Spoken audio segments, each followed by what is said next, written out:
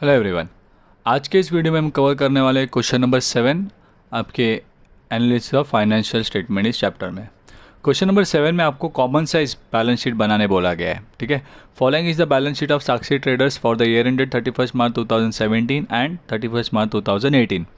यहाँ पे मेंशन नहीं किया है, बट यहाँ पे आपको क्वेश्चन में टेक्स्ट बुक के हिसाब से कॉमन साइज स्टेटमेंट प्रिपेयर करना है। ठीक है, सो इसके लिए फॉर्मेट देखिए आपका किस तरह से होगा। सबसे पहले ऊपर मैं लिख दूंगा common size balance sheet as on 31 March 2017 and 31 March 2018। उसके बाद पर्टिकुलर्स का कॉलम होगा।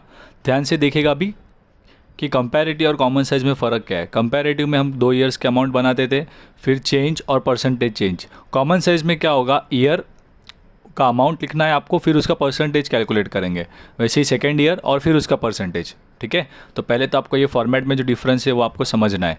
उसका जो पर्टिकुलर्स का हमारा पार्ट होता है वो सेम होता है, वही ऑर्डर में लिखते हैं जैसे हम लोग कंपैरेटिव में लिखते हैं उसी तरह से। ठीक है, तो अभी इस क्वेश्चन में देखिए क्या क्या बोला है, हम लोग एक बार डिस्कस कर लेते हैं। सबसे पहले इक्विटी शेयर कैपिटल दिया है, शेयर कैपिटल के हेडिंग में आएगा।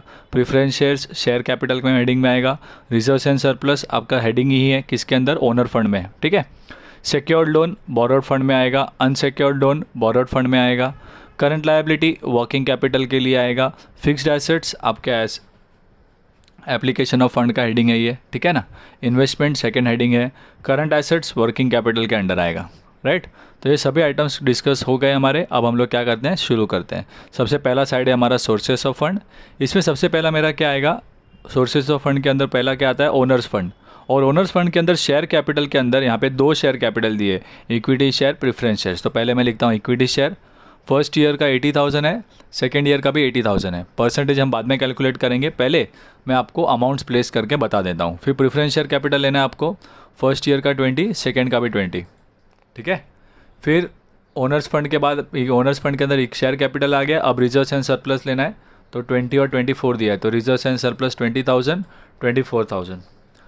उसके बाद आपका इसका टोटल ले लेंगे इतने पार्ट का, तो वो आपको क्या देगा, आपका नेटवर्थ, या जिसे आप ओनर्स फंड भी कह सकते हो। तो इन तीनों का टोटल ले लेंगे तो वह एक का मिलेगा आपको 1,20,000। सेकेंड ईयर का आपका टोटल होगा 1,24,000। उसके बाद आपको लेना है बोरोड फंड। बोरोड फंड में यहाँ पे 2 टाइप के लोन दिए गए हैं, सिक्योर्ड लोन अनसिक्योर्ड लोन, दोनों ही बोरोड फंड में आएंगे। सिक्योर्ड लोन 40 और 16 दिया हुआ है, 40,000 16,000। अनसिक्योर्ड लोन 20,000 और 36, तो अनसिक्योर्ड लोन लिख रहे हैं 20,000 और 36,000। ठीक है, उसके बाद इन दोनों का जो टोटल होगा वो आपका टोटल बोरोड फंड हो जाएगा। तो दोनों का टोटल लेते हैं, 60,000 बोरोड फंड है और यहाँ पर आपका बोरोड फंड 52। अब ओनर्स फंड यानी कि नेटवर्थ और बोरोड फंड को ऐड करेंगे तो आपका सोर्सेस ऑफ फंड साइड का टोटल हो जाएगा, जिसे हम कहते हैं लोन फंड अवेलेबल। सो 1,20,000 प्लस 60 ये आपका आएगा 1,80,000। 1,24,000 प्लस 52 आपको कितना देगा, 1,76,000। ठीक है, अब इसके बाद एप्लीकेशन ऑफ फंड लेते हैं हमारा सेकेंड साइड। इसके अंदर सबसे पहला फिक्स्ड एसेट्स आएगा। फिक्स्ड एसेट्स में देखो आपको 1,20,000 और 1,44,000 दिया हुआ है, दोनों साल के अमाउंट लिख दिए। उसके बाद इन्वेस्टमेंट में देखो 20,000 है दोनों साल का। उसके बाद वर्किंग कैपिटल में आपको 2 सालों के वर्किंग कैपिटल्स दिए हुए हैं। करंट एसेट्स और करंट लायबिलिटी, राइट। सबसे पहला करंट एसेट लिखेंगे 60,000 और 48। उसमें से मैं करंट लायबिलिटी माइनस करता हूँ 20,000 और 36। So current asset minus current liability करते हैं तो हमें क्या मिल जाएगा, वर्किंग कैपिटल। सो 60 माइनस 20,000 40,000 आएगा, 48 माइनस 36 आपको आ जाएगा 12,000। ठीक है, अब एप्लीकेशन ऑफ फंड में fixed assets plus investment plus ये वर्किंग कैपिटल तीनों का ऐड करेंगे तो आपका एसेट साइड का टोटल यानी कि टोटल फंड एम्प्लॉयड, मेरे पास जगह नहीं थी इसीलिए फॉर्मेट के बाहर लिखा है मैंने ये। ठीक है, 1,80,000 आएगा और यहाँ पे इन तीनों का टोटल करेंगे तो यहाँ पे आएगा 1,76,000।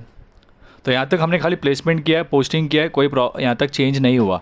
जैसा हम कॉमन साइज कंपैरेटिव में करते थे वैसे हमने लिखा है बस। अब यहाँ पे ये परसेंटेज कैसे कैलकुलेट करते हैं कॉमन साइज में, वही आपको नोट करना है। ठीक है, जब हम बैलेंस शीट की बात कर रहे हैं तो सबसे पहले आपको समझना है कि बैलेंस शीट में, राइट, आप क्या करेंगे, जो आपका टोटल होता है बैलेंस शीट का, एसेट का या लायबिलिटी का, उससे आप 100 लेंगे, उससे आप क्या लेंगे, 100। ठीक है, तो दोनों में देखिए हमने यहाँ पे 100 ले लिया है। पहले मैं फर्स्ट ईयर का कैलकुलेट करके बताता हूँ, फिर सेकेंड ईयर का। ओके, अब हर साल का अमाउंट कैसे निकालेंगे, इक्विटी शेयर का मुझे अमाउंट निकालना है, राइट। तो कैसे निकालेंगे, आप क्रॉस मल्टीप्लाई कर सकते हो, 80,000 इंटू 100 डिवाइडेड बाय 1,80,000। ठीक है। सो कॉमन सेल्स का परसेंटेज निकालने के लिए क्या करना है, अमाउंट ऑफ आइटम, जिस आइटम का आप परसेंटेज कैलकुलेट करना है उसका अमाउंट लीजिए, right, divided by total funds, यानी कि 1,80,000 into 100। So 80,000 divide by 1,80,000 into 100। इसका निकालने के लिए 20,000 divide by 1,80,000 into 100, 20,000 divide by 1,80,000 into 100, 1,20,000 divide by 1,80,000 into 100। इस तरह से एक एक करेंगे। तो सबसे पहले 80,000 डिवाइड बाय 1,80,000 करता हूँ, इंटू 100 करूँगा तो आंसर आएगा 44.45। फिर 20,000 डिवाइडेड बाय 1,80,000, राइट, इंटू 100 करूँगा तो आपको मिलेगा 11.11। अब सेकंड भी देखो 20,000 ये सेम है ना, तो आपको वापस से कैलकुलेट करने की ज़रूरत नहीं, हम सेम नंबर लिख सकते हो। फिर 1,20,000 बोला है, राइट, तो 1,20,000 डिवाइडेड बाय 1,80,000 इंटू 100 करेंगे तो आपको अमाउंट आएगा यहाँ पे 66.67। फिर 40,000, राइट, डिवाइडेड बाय 1,80,000 इंटू 100, तो यहाँ पे अमाउंट आएगा आपको 22.22। एक और एक आप देख सकते हो कि 20,000 का डबल 40,000 होता है, राइट, तो ये जो वैल्यू है वो भी उसका डबल आएगा। तो इस तरह से भी आप कर सकते हो। फिर 20,000 है, सेम है, तो उसको सेम लिख देंगे, वापस से कैलकुलेट करने की ज़रूरत नहीं है। फिर 60,000 है, तो 60,000 डिवाइडेड बाय 1,80,000 इंटू 100 करेंगे, सो 33.33। फिर 1,20,000, वापस से देखिए 1,20,000 आया ना ऑलरेडी, तो सेम नंबर आएगा यहाँ पे।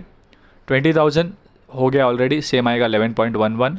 60,000 हो गया है 33.33, 20,000 11.11, 40,000 हो गया है 22.22। तो यहाँ पे आसान हो जाता है, अगर नंबर्स सही में रिपीट हो रहे हैं तो आप उन्हें वापस से वही नंबर लिख दोगे, वापस से कैलकुलेट करने की ज़रूरत नहीं होगी, ठीक है ना। उसके बाद यहाँ पे देखिए अभी सेम आपको सेकेंड ईयर के लिए करना है, जो आपका टोटल है उससे आप 100 ले लीजिए। फिर 80,000 डिवाइडेड बाय 1,76,000 इंटू 100 करेंगे, सो वो आपको आंसर देगा 45.45। फिर 20,000 डिवाइडेड बाय 1,76,000 इंटू 100, वो आपको देगा 11.36। 24,000 डिवाइडेड बाय 1,76,000 इंटू 100, 13.64। फिर 1,24,000 divided by 1,76,000 into 100, 70.45। 16,000 divided by 1,76,000 into 100 करेंगे 9.09। 36,000 है, राइट, डिवाइडेड बाय 1,76,000 करेंगे तो 20.45। 52,000 डिवाइडेड बाय 76,000 इंटू 100 करेंगे, आपको मिलेगा आंसर 29.55। फिर 1,44,000 दिया हुआ है, राइट, तो आपको सॉल्व करके 1,44,000 डिवाइडेड बाय 1,76,000, वो आपको कितना देगा 81.82। 20,000 रिपीट हुआ है देखिए, राइट, तो 11.36। 48 नहीं रिपीट हुआ है ना, ओके, तो आपको अमाउंट आएगा 27.27। 48,000 डिवाइडेड बाय 1,76,000 इंटू 100, 36 रिपीट हुआ है 20.46। 12,000 पहली बार आया, तो 12,000 डिवाइडेड बाय 1,76,000 इंटू 100, 6.82। क्लियर है। तो बहुत ही सिंपल है, खाली हमें क्या करना है, परसेंटेज कैलकुलेट करते समय ध्यान रखना है जो भी हमारे बैलेंस शीट का टोटल होता है उसे हम 100 लेते हैं और बाकी सब वैल्यूज़ उसको लेकर हम लोग सॉल्व करेंगे, ठीक है। तो अगर आपको हमारे ये वीडियोस पसंद आते हैं तो हमारे वीडियोस को लाइक करें, और अगर आपने हमारे चैनल को सब्सक्राइब नहीं किया है तो हमारे चैनल को सब्सक्राइब कर ले, ताकि आपको लेटेस्ट अपडेट्स मिलते रहे। Bye bye, take care.